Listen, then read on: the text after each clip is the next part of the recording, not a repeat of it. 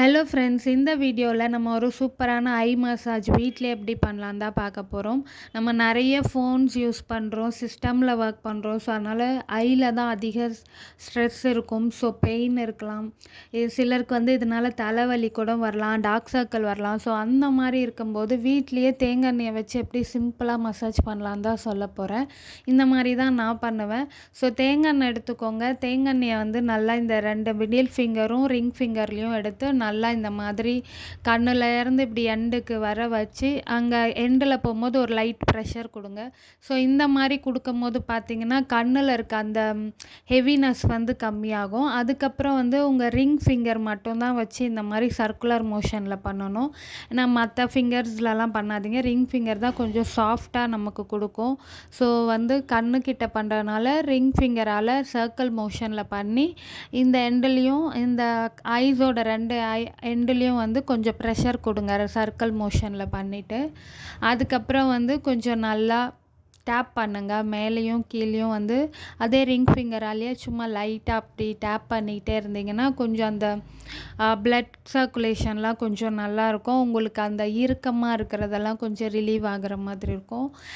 இது நீங்கள் weekly twice பண்ணலாம். ரொம்ப நல்லாயிருக்கும். கண்ணில் இருக்க சூடும் உங்களுக்கு கம்மியாகும். ஸோ அதுக்காக தான் மெயினாக நம்ம கோகோனட் ஆயில் போட்டு பண்ணுறது. மறுபடியும் இந்த மாதிரி நம்ம 2 ஃபிங்கரால் எழுதிட்டு ஐஸை நல்லா இறுக்கி கண்ணை மூடி மூடி ஒரு 3 டைம்ஸ் தரங்க.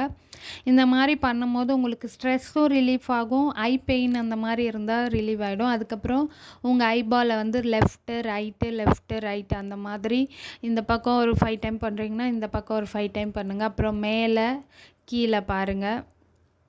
நல்லா மேலே பார்க்கணும், நல்லா கீழே பார்க்கணும். சும்மா அப்படி இல்லை, நம்ம ஐபால் எவ்வளோக்கு எவ்வளோ நம்மளால் மேலே பார்க்க முடியுமோ அவ்வளோக்கு அவ்வளோ மேலே பாருங்கள். அதுக்கப்புறம் ஹாஃப் சர்க்கிள் பண்ணுங்கள்.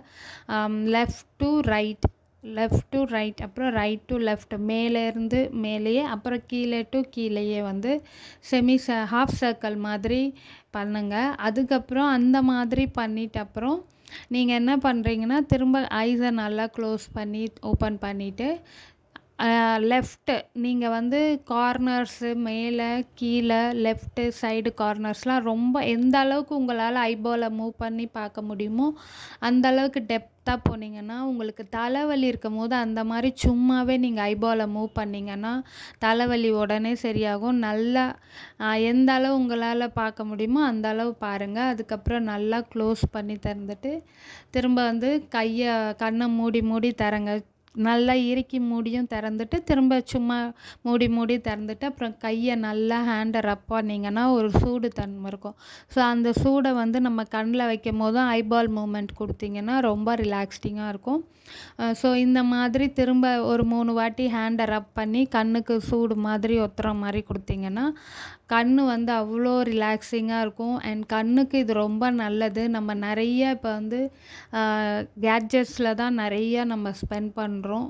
ஒர்க் வைஸாகவும் சரி, நார்மலாக ஸ்பெண்ட் பண்ணுறதும் அப்படி தான் இருக்குது. ஸோ இந்த மாதிரி பண்ணிங்கன்னா உங்களுக்கு ஐஸ்க்கு நல்ல ஒரு ரிலீஃப் கிடைக்கும்.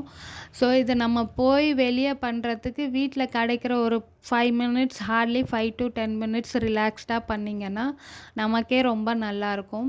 ஸோ வீடியோ பிடிச்சிருந்தா லைக் பண்ணுங்கள். கண்டிப்பாக இந்த மாதிரி பண்ணி ஐஸை பாதுகாப்பாக வச்சுக்கோங்க. பாய்.